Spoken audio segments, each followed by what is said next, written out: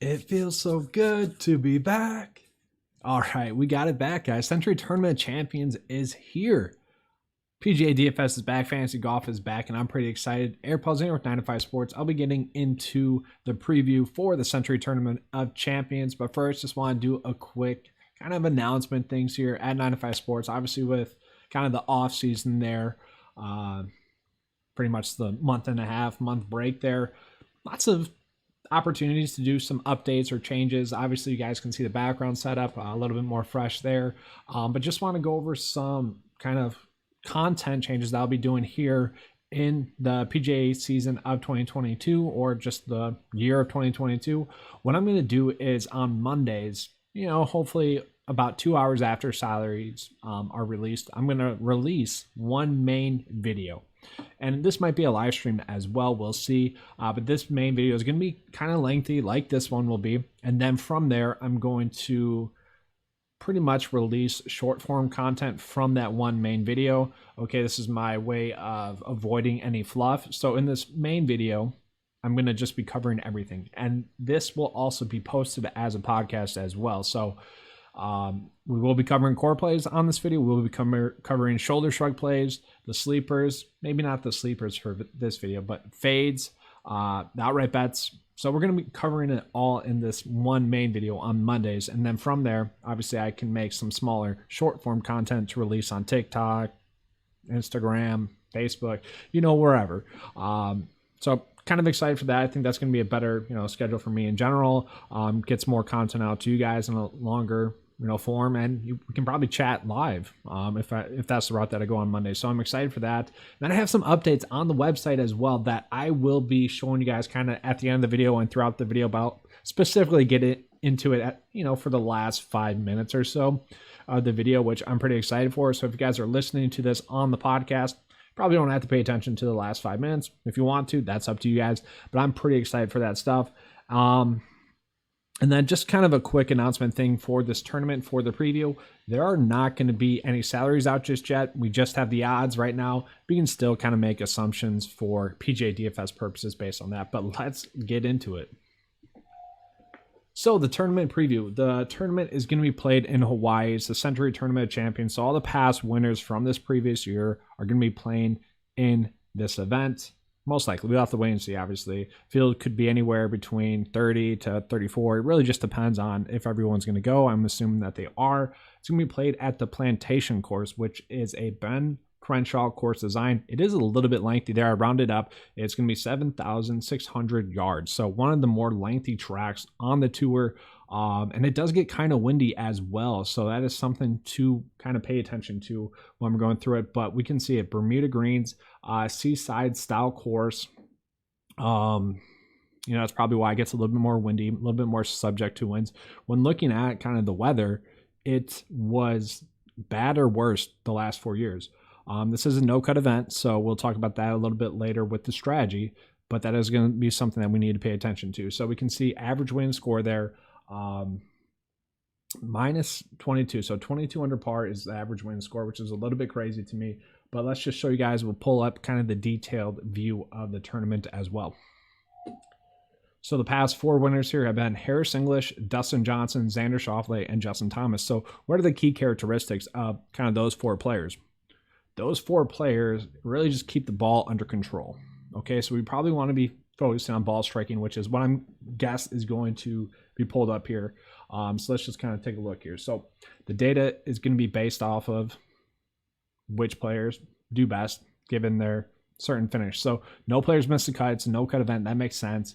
Let's see here. So players that won. Let's see which really stood out there. So birdie or better percentage. Players that are really scoring are doing better, which is a little bit surprising. Typically when the weather is bad or worse, 20 plus mile per hour winds, it's typically birdie to bogey ratio. So kind of interesting there, but birdie or better percentage we're seeing there. See anything else?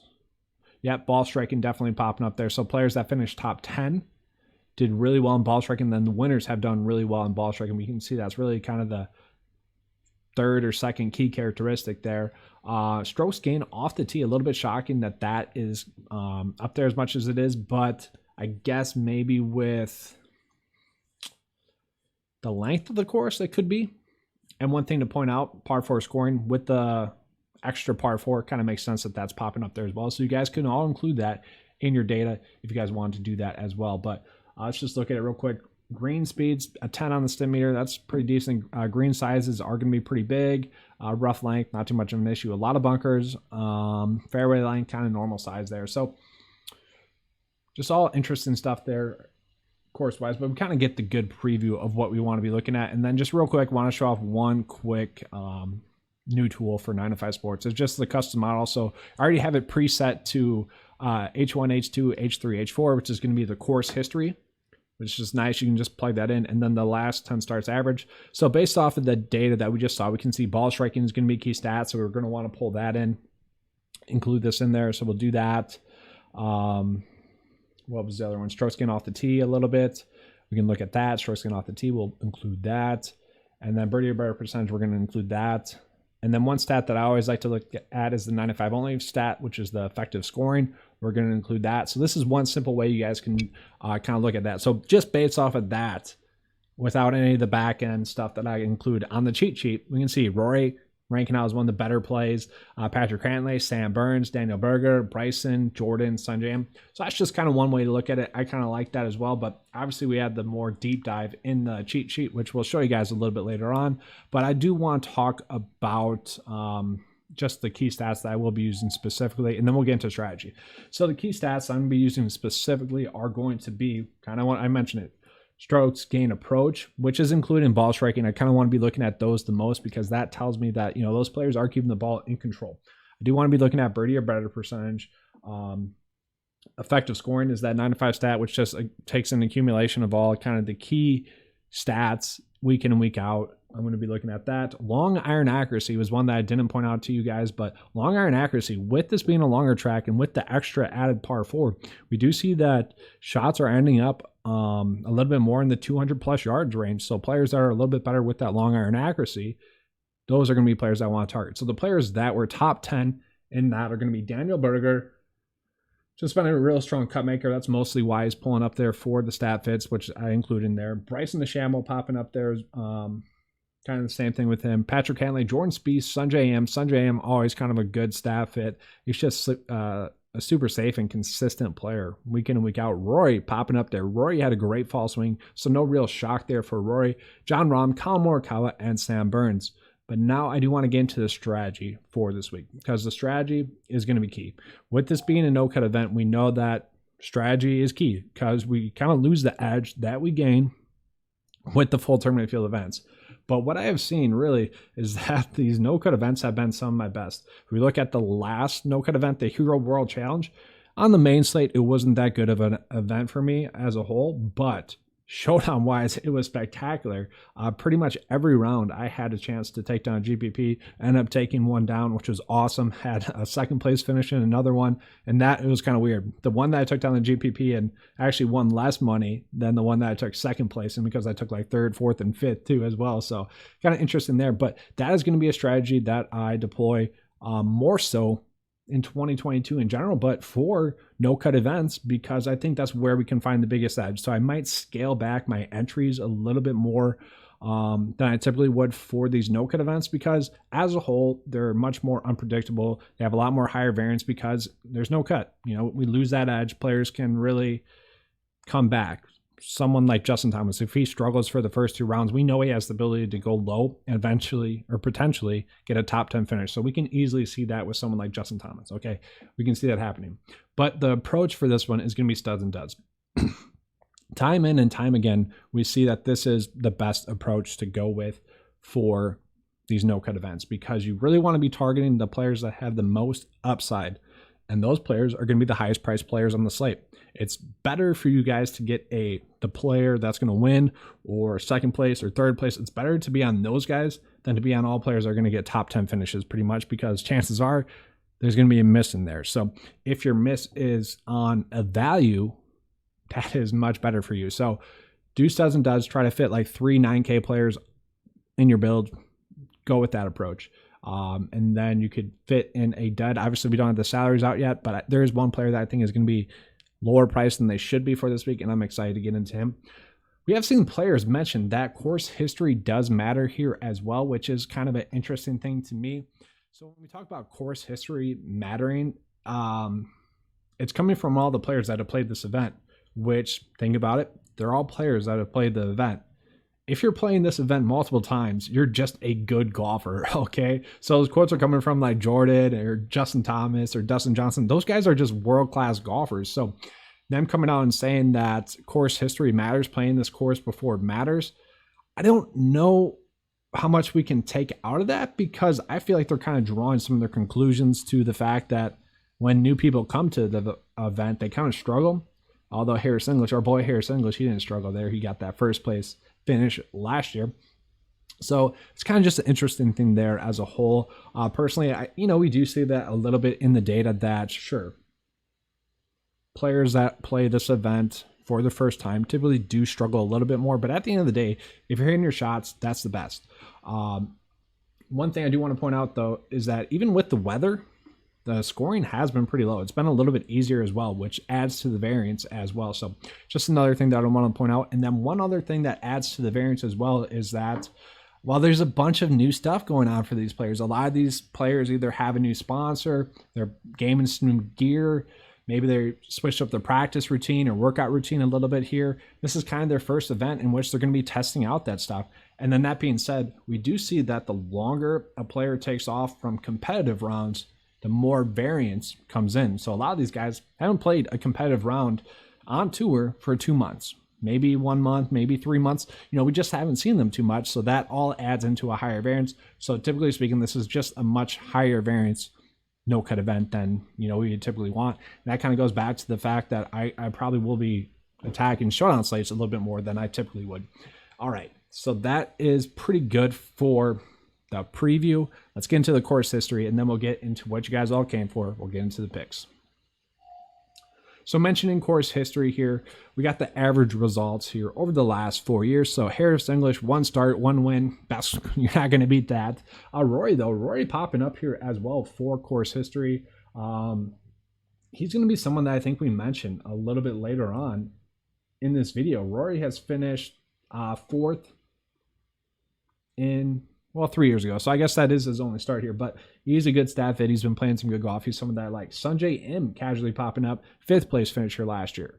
And those guys, that's where I'm like, does course history really matter? But Harris English and Sanjay M, they're, one of the best golfers in the world. So not really shocking that they played well. Then we get into Jon Rahm. 4 straight top 10 finishes from Jon Rahm. 7th, 10th, 8th, and 2nd. That's some really good stuff there from him. Colin Morikawa, 2 straight 7th place finishes. Justin Thomas, 3rd, 1st, 3rd, and 22nd place finish. So the last 3 years, he's finished T3 or better. Really great stuff there from JT. Xander, kind of the same thing. 5th, 2nd, 1st. Really good stuff there from him. After that, Jordan had a 9th place finish here 4 years ago. We look at Daniel Berger. He's had a 10th place finish and 11th place finish. Patrick Cantlay, 13th, 4th, and 15th place finish. So we do have some players with some strong course history. Really, you want to see a guy that's had a top 15 place finish or so. Some of the other players that have good course history, I guess, if you will, as well. Mark Leishman finished 24th last year. Not that good. He hasn't been playing some good golf for a while now, but he did finish 4th and 7th in his previous 2 starts here. We can look at someone like Bryson DeChambeau, 2 straight 7th place finishes, but also has a 26th place finish mixed in there. And then after that, Patrick Reed, not really all too good, but he did have a 2nd place finish 2 years ago. So his other 2 finishes were 21st and 25th. So, it's just a higher variance week. But someone like Patrick Reed, I feel like is going to get some steam just because he's due for a win. He's Patrick Reed. I don't know about that. We'll see about that. But let's get into what you guys came in here for. Let's get into the picks. So the picks are going to be a little bit different for this video, just simply for the fact that, well, we don't have any salary, so we don't know exactly what to go off of just yet for, I guess, top-end picks. So with that being said, let me correct this a little bit here. I know, I'm sorry, guys. There we go. So with that being said, I'm just going to be concentrating on kind of the top end picks. I'll give you guys the full preview here. So let's just go based off of the model, the 9 to 5 model, pretty predictive model. Let's just get into the results, I guess, real quick. The model has been pretty spot on. If we were to include Victor Hovland in here, we'd have another winner, 6 out of 8 winners. I always update the previous tournament the Monday before the upcoming tournament. So out of the 7 tournaments that we have here, the 9 to 5 model has predicted 5 winners. 2 runner-ups, 15 top 10 finishers, 25 or 28 top 25 finishes. So over 50% of the players that were top 12 finished top 25. That's pretty good. 8 missed cuts. That's not the best, but we can see here just really packing on some good results there from the 9 to 5 model. So that being said, that's kind of why I'm bringing it up. It's good stuff from the model. So let's point out that Rory is going to be a good pick. Rory has been someone that is in good recent form, 6th best recent form out of anyone in the field. And this does kind of want me to bring up the new tool at 9 to 5 as well, the player profile sheet, which is just, it's a little bit different, pretty much the same, but just a different view, kind of a simpler view for those. It's a separate sheet, so you can really look at it over whichever time period you guys want to. It's up to you guys. So fun stuff there. I just wanted to see his recent form though. So 1st, 14th, 4th, 43rd, 12th, 46th, and 7th. That is pretty darn good there from Roy. For someone who had really kind of struggled-ish prior to that, struggled with consistency prior to that. So just kind of interesting stuff there from him. Let's just see. How does he do on longer tracks as well? Just out of curiosity here. So length. I'm going to go by length. Long length. Let's see how he's done recently with that. So he's had 13 starts over the past year on longer tracks, 2 wins. So 2 of his wins have come on longer tracks. That's pretty good. Made the cut in all but 2 of them. And then all of them were top 25 finishes. So good stuff there from Rory. We like to see that. So yeah, Rory's going to be a player that I'm going to be on a decent amount this tournament. Do like Sanjay M, John Rahm. I'm going to be talking about those guys a little bit later on. Hint, hint. Sam Burns. Sam Burns is a very interesting play to me this week. Sam Burns has been someone that's, he had a really good fall swing. Look at his key stats. He's 4th in effective scoring, 15th in effective strokes gained off the tee. Birdie to bogey ratio, pretty good in that. 28th strokes gained approach, 8th in that. I guess the worry with him is that he's 60th in long iron accuracy, but overall, we like him as a pick because he's been in such strong recent form. He's in the best recent form out of anyone in the field. Love to see that. Patrick Cantlay is another one that would be on a decent amount, I think. Maybe not. That's going to depend on the price points. Kyle Morikawa, another one that I want to bring up, but he's going to be someone that I'll touch on a little bit later on. JT. I already mentioned JT a little bit. Strong course history. We know JT. If we know we're going to get 4 rounds out of JT, we love that. And that's what we're going to get this week. We see that strong course history. We like that. His most recent start was a 3rd place finish. Like that as well. He ranks out top 10 in the 9 to 5 mile this week. We can see his best stat. Effective birdie to bogey ratio, like that. Strokes can approach 30th in that. Kind of just version of Sam Burns stat fit wise, because they're both a little bit struggling in long iron accuracy, but both, pretty strong recent form. Both kind of expect them to go out and play well. The thing with Justin Thomas is, if he struggles in round 1, we know that we should use him on round 2 showdown because he's one that just typically will go off after struggling. So something to watch out for there if you're playing showdown slates. He could be someone that we want to target on the showdown slates. Something that I think would be good. While we're on Bryson here, let's just talk about Bryson as a whole. So I am working on like the top 10 moments of the 2021 PGA season, and I have Bryson in some form or fashion in 3 of them. I'll give you a hint. The BMW Championship Playoff, I thought that was pretty awesome as a whole. Fun to watch. That's an easy one. The photo bomb thing, that was, I don't know. And that's just with the whole Brooks and Bryson rivalry, I guess, if you will.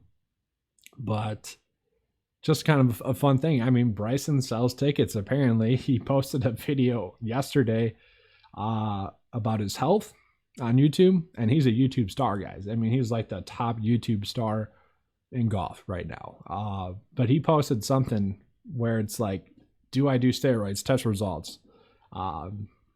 At Health Clinic Quest Diagnostics. It was pretty funny.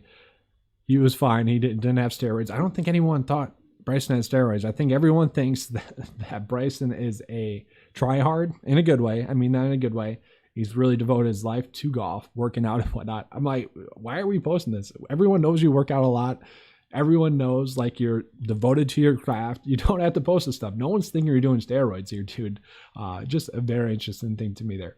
But getting into Bryson as a pick this week, pretty good results if you just take out his start here 4 years ago where he finished 26th, obviously in a 30 to 34 man field. That's not that good, 26th there. But other than that, 7th and a 7th, we'll take that. We want to be shooting for these guys with upside, and I think Bryson has that.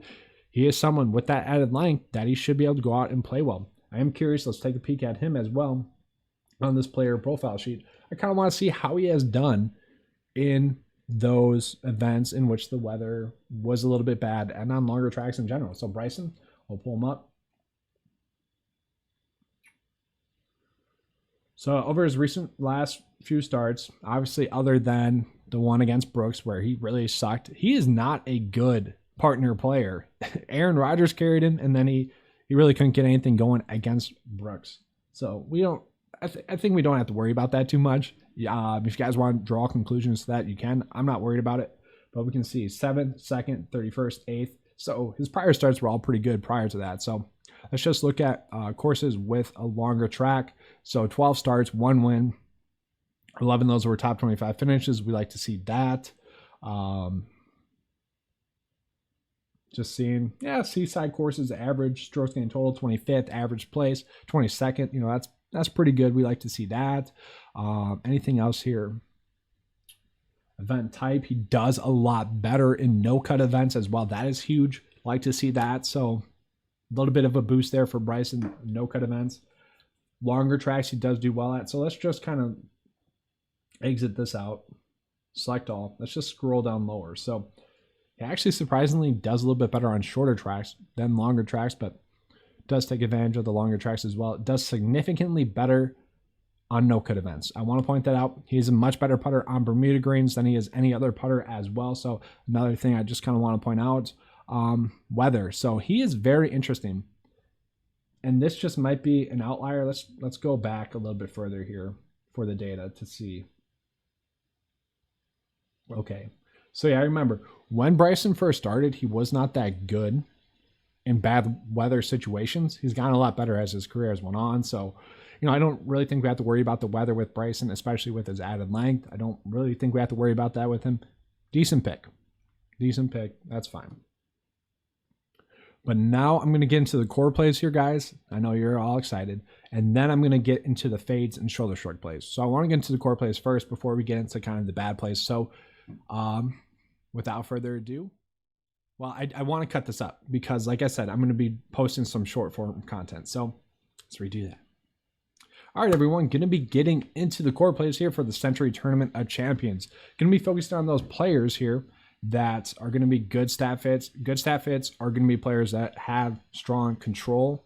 So strokes gain approach, ball striking. We're going to be looking at that. We're also going to be looking at players that, if they do have course history here, players that have had good results here, and obviously recent form. The thing with recent form is that I like to look at over the last 90 days, typically. Most of these golfers haven't played over the last 90 days, so we'll have to see. But we're going to start off with probably the favorite. It's going to be Jon Rahm, and I'm perfectly fine betting Jon Rahm outright as well. 7-1 odds there for Jon Rahm. We look at his recent form. Other than that miscut in his most recent start, 2nd, 9th, 3rd. Jon Rahm has been the best player in golf, other than Charlie Woods there. Yeah, I really do like him. Course history wise, we can see 4 straight top 10 finishes, 7th, 10th, 8th, 2nd. We'd love to see that from Jon Rahm. Top 10 stat fit. I have him projected to finish top 5. In the 9-to-5 model, he is top 3 as well, tied with Sam Burns. So yeah, Jon Rahm really checking all the boxes. Wouldn't shock me if he was able to go out and win this week or at the Sentry Tournament Champions. The next core play is going to be Sungjae Im. This one might surprise some of you guys, but when I was looking at some of the secondary stats, like the specialist stats is what I call it, he was really popping. So like course length, course style, seaside course, bad weather. He's someone that was really popping up there as well decently. And he's someone that has played well at this course in the past. 5th place finish here last year in his first start. We look at that recent form. His recent form has been pretty good. 19th, 9th, 1st. We like to see that. Staff at top 6, staff fit. Got him at a projected finish of top 10. So he's someone in DFS that I think is going to be lower priced than he should be. I think he's going to be someone that I think is a safe play for like around a top 10 finish, but I also do like him as an outright bet at 22-1, just because he's ranking out as the second best pick in the 9-5 model this week. And then we look at the next player, Seamus Power. So this is where I'm going to get into like kind of the value side of it, the DFS side of it a little bit more here. Seamus Power is 50-1 for his odds. So that tells me that he's probably going to be a value pick. We just look at that recent form there, or his last 4 starts, a 4th, a miscut, 11th, and a 12th. We love that. We love that he has that upside. So out of his last 4 starts, he's had 3 top 12 finishes. That is spectacular. Not that many players in the field have been able to do that. So Seamus Power, I love the upside from him. Not really the best staff in the field, only 19th there. Do have him projected to finish around top 25, but he is someone that I think could put it together. Just going back to the specialist page once again, I pulled up players that have the best finish on bad or worst conditions, and he was popping up there. He was popping up there pretty good, top 10 there, which is a little bit shocking to me. And he's had 14 starts, so his average finish on those tracks was 36. Pretty good there for someone that, you know, it's a little bit shocking, I guess.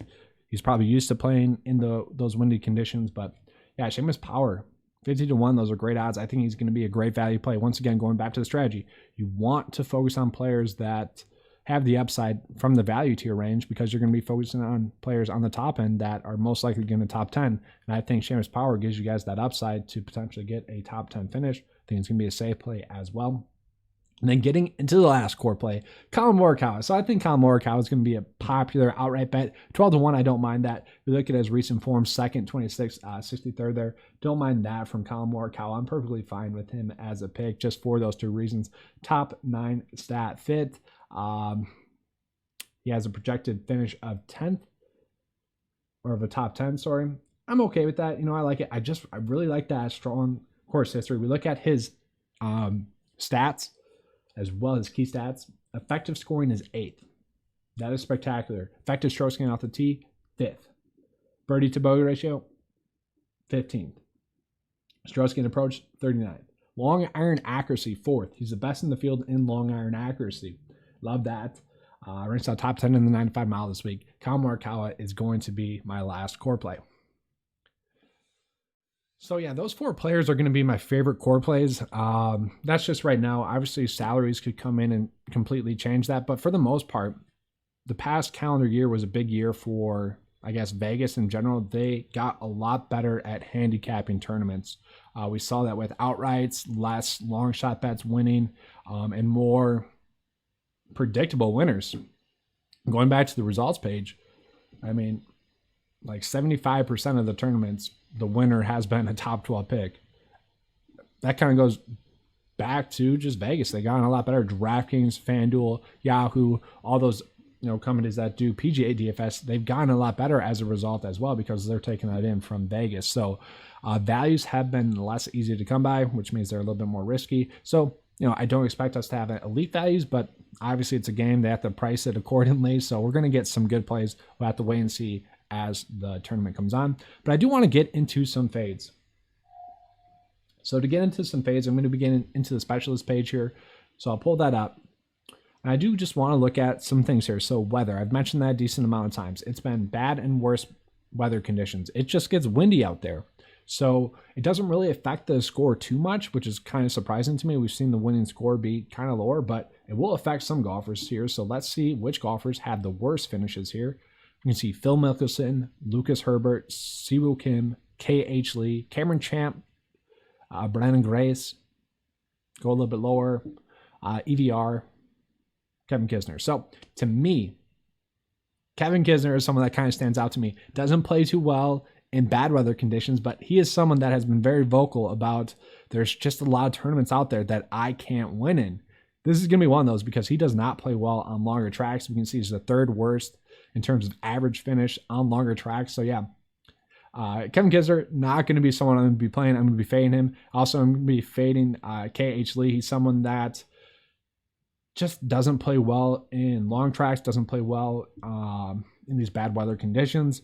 He's not someone I'm expecting to go out and play well. And then another player that I'm a little bit worried about is going to be Stuart Sink a little bit. Does do decent in long tracks. That was surprising there. But not the best in bad weather conditions. Do worry about that with him. Let's see how he does on seaside courses. Stuart Sink, almost middle of the pack. Not too worried about him as a pick. You can see Brooks Koepka there. Wow. Struggles on seaside courses. That's interesting there to me. I don't know about you guys, but that's pretty interesting to me. This is over the past year. Interesting stuff there for me. And then the last player I'm going to face is going to be Brandon Grace because he's someone that has been popping up on these secondary stats as well. And the thing I want to point out to this is that they're all bad picks already. And I can show you guys here using the matchup page here. They're all bad picks as well. But this kind of furthers that point is that they probably are not going to go out and play well. So the players I was fading can be Brandon Grace. I'll pull him up here. Brooks. Although Brooks has been striping it. That match with Bryson, that might have been a game changer for him because he has really not been all too good for a while, I guess. He's been a little bit inconsistent for a while. And then Sink and then Kevin Kisner. Those are going to be the fades.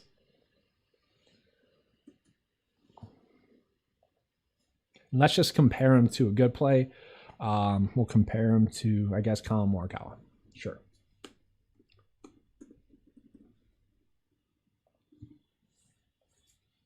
We can see KH Lee actually popping up there a decent amount, but that's where I want to point out the secondary stats, those specialist stats, not going to be a good pick when we look at it in that sense. And then Brandon Grace, he is someone that did have a win on a similar style track, windy conditions, seaside style course, but I just don't expect it from him. Brooks Koepka, like I said, just hasn't been playing good golf really up until that match with Bryson.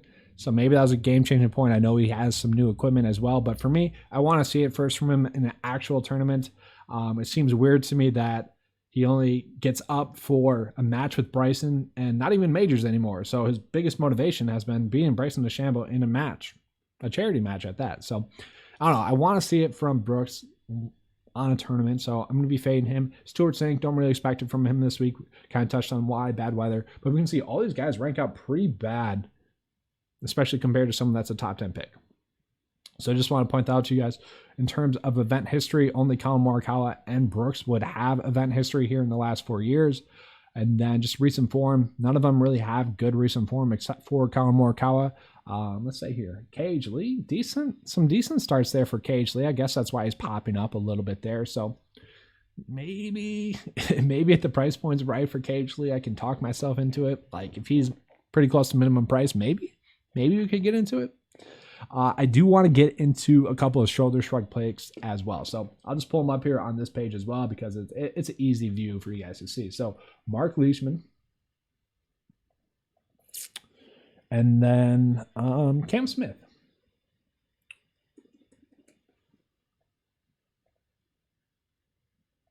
So Cam Smith ranking out top 10 in the 95 mile. Mark Leishman ranking out top 12. We like to see that. We look at Cam Smith recent form rank, second best in the field. That's pretty good, only behind Sam Burns. No real shock there. Cam Smith has been playing pretty well. Let's pull him up here on the player profile sheet just to get a better look at it.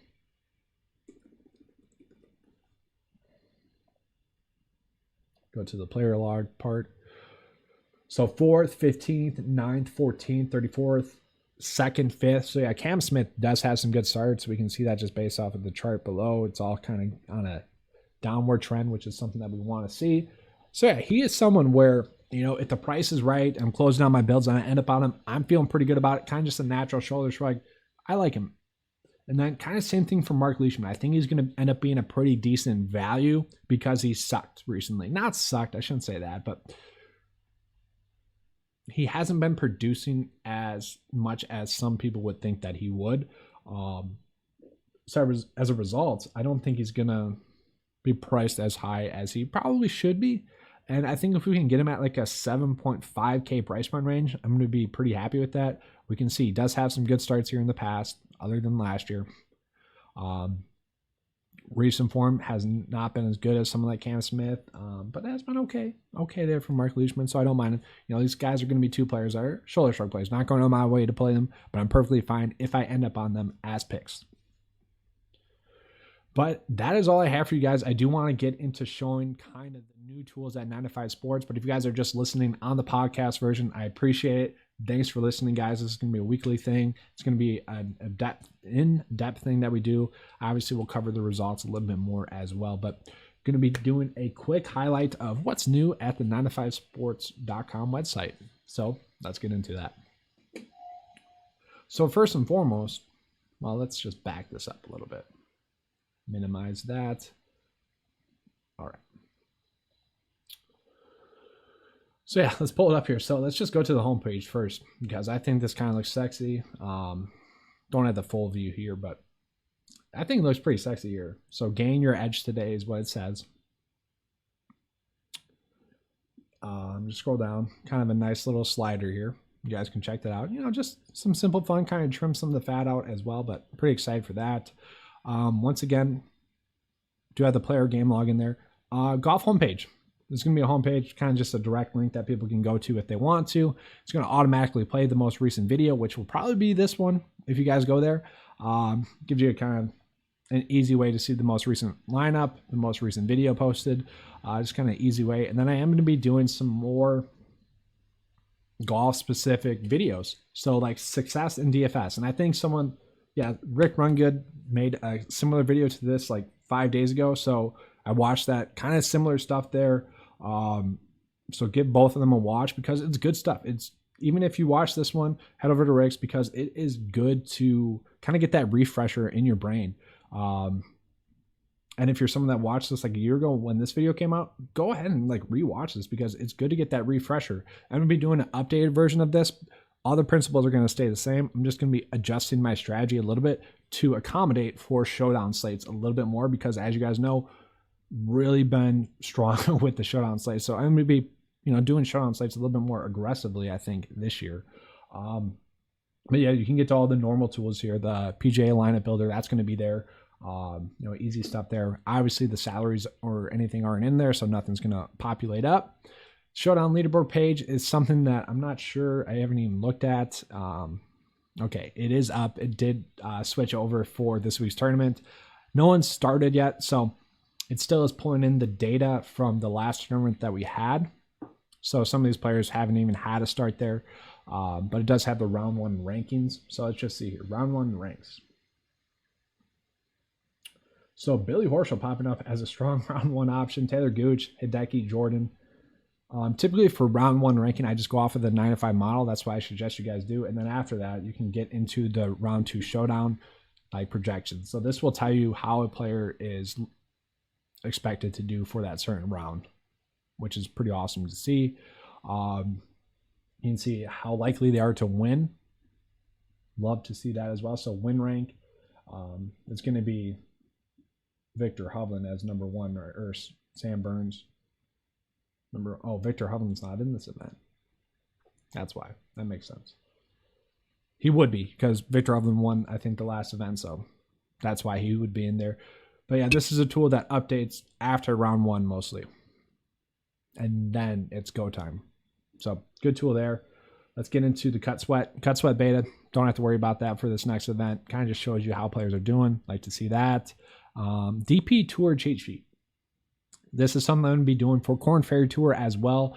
All the stuff that you see that I have active live as well for the PGA membership, I'm going to try to get going for Corn Ferry and European Tour as well. But at the very least, I'm going to have the projections, the cheat sheet loaded for those. I'm pretty excited for that. Do want to get into some LPGA Tour as well. We'll see. Kind of sucks about the DP Tour, though. I was really excited for it.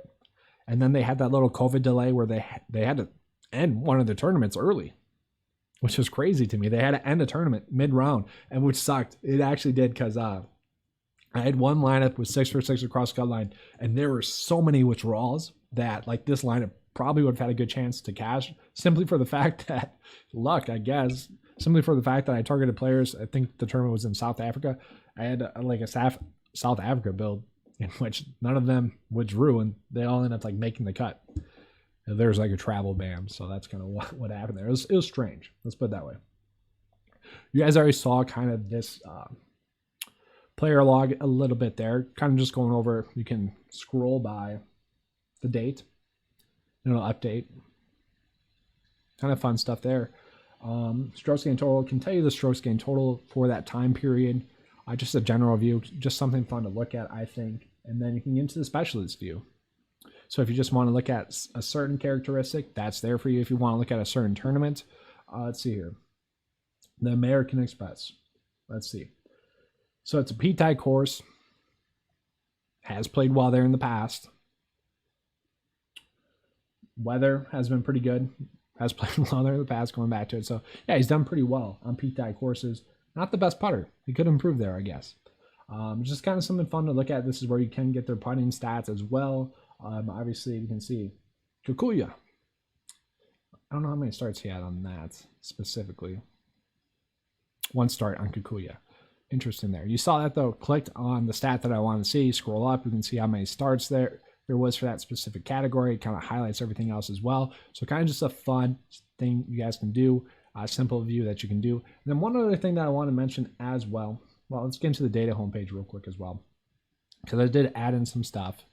So we have the custom model. This is a super simple custom model. It's always going to have the last 10 starts average and then the last 4 starts course history average. Okay. And then from there, you guys can put in really whatever you want. This is going to be the key stats for that specific season. So let's look at it. Effective scoring, that 95 stat that I love to use. We can look at that. I don't know, long iron accuracy, par 4 scoring.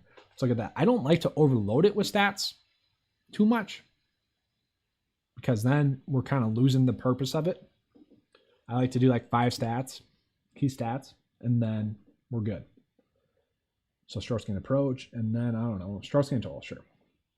So we can see like Rory really popping up there. Like this is a super easy way for you guys to use this tool. Okay. And it's something I'm excited to get out to you guys, because I know sometimes people like to maybe change up the key stats a little bit. I'm not really sure why, but I want to give people that ability to do that. So you guys can see that there. Specialist page is pretty much just showing you how players have done on a specific category. You can see let's do Ben Crenshaw. If we want to look at most strokes gained total on Ben Crenshaw course designs, we can do that. Justin Thomas, Rory, Seamus Power. Holy shit. Seamus popping up there. Ben Crenshaw course designs. I'm kind of curious. What? Ben Crenshaw. Not Ben. Seamus Power. If I can spell.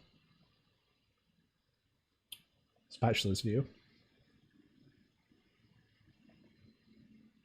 What Ben Crenshaw event was this? AT&T. Okay. Interesting there. All right. Little tidbit there. Seamus Power. Liking him a little bit more now. But that's a way that you guys can use this. Obviously, we want to see more starts in there. Sometimes we don't have that choice. So that is what it is there. And then specialist custom model. This is like a super zoomed in view of everything. And it's still in beta, so I don't love it just yet. We're working on it. But it kind of tells you what you want to know. A little bit too zoomed in for me. Course data, you guys know the course data page, player profile page, the ownership leverage page, which is something that I kind of really liked. And then the matchups view, same stuff there. Pretty simple stuff, but all stuff that I'm excited to get out to you guys. All stuff that I'm excited to get going again. I've missed PGA DFS and missed chatting up with you guys. So hopefully you guys enjoyed this. Hopefully this isn't too long of a video. I kind of just want to get something out to people where, they're working their 9 to 5, they're bored at work, they want to give something to listen. They kind of want, I don't want to say fluff, because I want this to be as fluff free as possible. But at the end of the day, that's kind of what you have to do to create content. And that's why I'm going to be putting out shorter forms for those people that want that short form content. So hopefully you guys enjoyed this video. If you did, please give me a like, subscribe. I do appreciate it. And as always, guys, let's keep cashing.